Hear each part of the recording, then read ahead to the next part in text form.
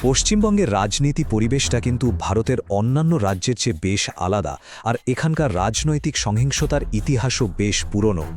আজকের এই আলোচনাতে আমরা এই সহিংসতার বিবর্তনটাকে বোঝার চেষ্টা করব। আসলে এটা শুধু সহিংসতার গল্প নয়, এটা গোটা রাজ্যের প্রাতিষ্ঠানিক বদলের একটা কাহিনী। চলুন গভীরে গিয়ে দেখা যাক।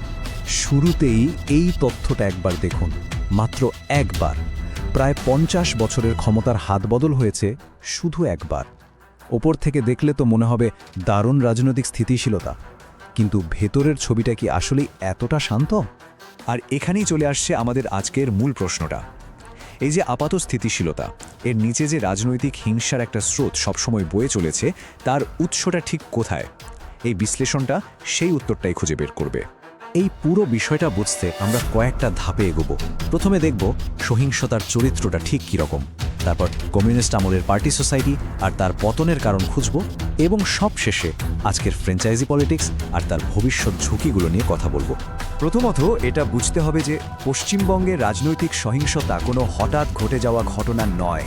এটা এখানকার রাজনীতির একটা অবিচ্ছেদ্য অংশ হয়ে দাঁড়িয়েছে, একটা ধ্রুবকের মতো।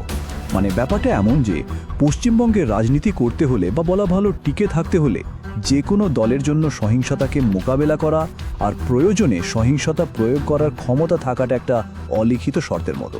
এটা শুধু পেশি শক্তির আস্ফালন নয়, সিস্টেমের একটা অংশ হয়ে গেছে।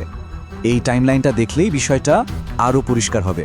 দেখুন, সময় বদলেছে, সরকার বদলেছে, কিন্তু রাজনৈতিক সহিংসতা রয়েই গেছে। সে ৭৭-এর ক্ষমতার পালাবদল থেকে শুরু করে সিঙ্গুর, নন্দীগ্রাম আর তারপর সাম্প্রতিক পঞ্চায়েত নির্বাচনগুলো, সহিংসতা যেন সব সময়ের সঙ্গী। আচ্ছা, এবার একটু পেছনে ফেরা যাক। বামফ্রন্টের সেই ৩৪ বছরের শাসন আমলে তারা ক্ষমতাটাকে ধরে রেখেছিল একটা বিশেষ ব্যবস্থার মাধ্যমে, যাকে রাজনৈতিক বিজ্ঞানীরা বলেন পার্টি সোসাইটি। চলুন দেখি এই জিনিসটা ঠিক কী ছিল। বামফ্রন্টের উত্থানের পেছনে একটা বড় আদর্শগত ভিত্তি ছিল। তেভাগা আন্দোলনের মতো ঐতিহাসিক কৃষক বিদ্রোহের উত্তরাধিকার আর অপারেশন বর্গার মতো ভূমি সংস্কার নীতির মাধ্যমে তারা গ্রামের মানুষের মনে একটা বড়সড় আশা জাগিয়েছিল। এই ব্যবস্থাটাকেই রাষ্ট্রবিজ্ঞানী দ্বৈপায়ন ভট্টাচার্য নাম দিয়েছেন পার্টি সোসাইটি। এর মানে হলো পার্টি ছিল সব কিছুর নিয়ন্ত্রক, মানে সামাজিক, অর্থনীতি, রাজনীতি, গ্রাম থেকে শহর, জীবনের সব ক্ষেত্রে পার্টির কথাই ছিল শেষ কথা। একটা কঠোর টপ ডাউন সিস্টেম। কিন্তু এত শক্তিশালী একটা সিস্টেম যেটা ৩৪ বছর ধরে চলল, সেটা হঠাৎ ভেঙে পড়ল কেন? কারণটা ছিল একটা বিশাল ঝুঁকি নেওয়ার চেষ্টা, একটা জুয়া, যা শেষ পর্যন্ত তাদের শাসনের অবসান ঘটিয়েছিল।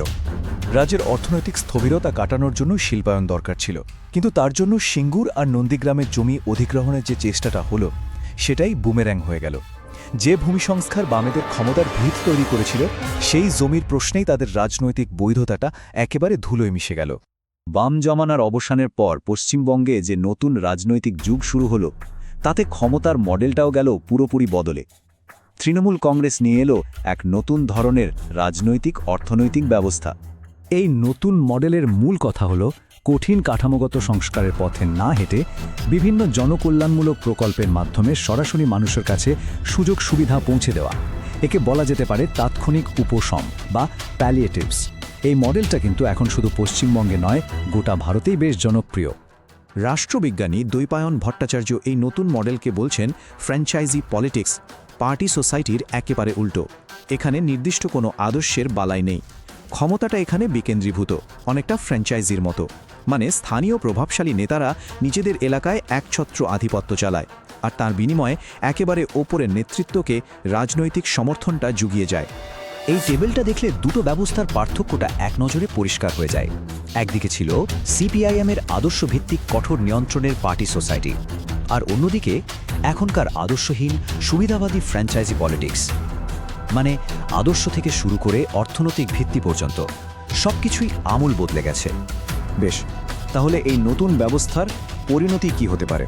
আলোচনার একেবারে শেষ পর্বে আমরা দেখব পশ্চিমবঙ্গের সামনে ঠিক কোন দীর্ঘমেয়াদী কাঠামোগত ঝুঁকিগুলো অপেক্ষা করছে। ভবিষ্যতের ঝুঁকিগুলো বুঝতে হলে আগে রাজ্যের জনসংখ্যার এই বিন্যাসটা একটু মাথায় রাখতে হবে। মোটামুটিভাবে ৭০% হিন্দু এবং ৩০% মুসলিম ভোটার। এই বিভাজনটা এখনকার রাজনীতির একেবারে কেন্দ্রবিন্দুতে রয়েছে। আর এই তথ্যটা দেখলেই বোঝা যায় যে সাম্প্রদায়িক মেরুকরণটা ঠিক কতটা গভীর। যদি ধরে নেওয়া হয় যে মুসলিম ভোটের প্রায় কিছুই বিজেপি পাচ্ছে না, তাহলে তাদের প্রায় 40% ভোট শেয়ারের মানে হলো হিন্দু ভোটারদের প্রায় 57% সমর্থন তারা পাচ্ছে। এটা একটা বিরাট সংখ্যা। এই সব কিছুর ফলে পশ্চিমবঙ্গ আজ 3টে বড় ঝুঁকির সামনে দাঁড়িয়ে, যা অনেকটা টিকিং টাইম বোমার মতো। 1. অর্থনৈতিক স্থবিরতা, 2. রাজনৈতিক শ্বাসরোধ, আর 3. সামাজিক বিস্ফোরণ।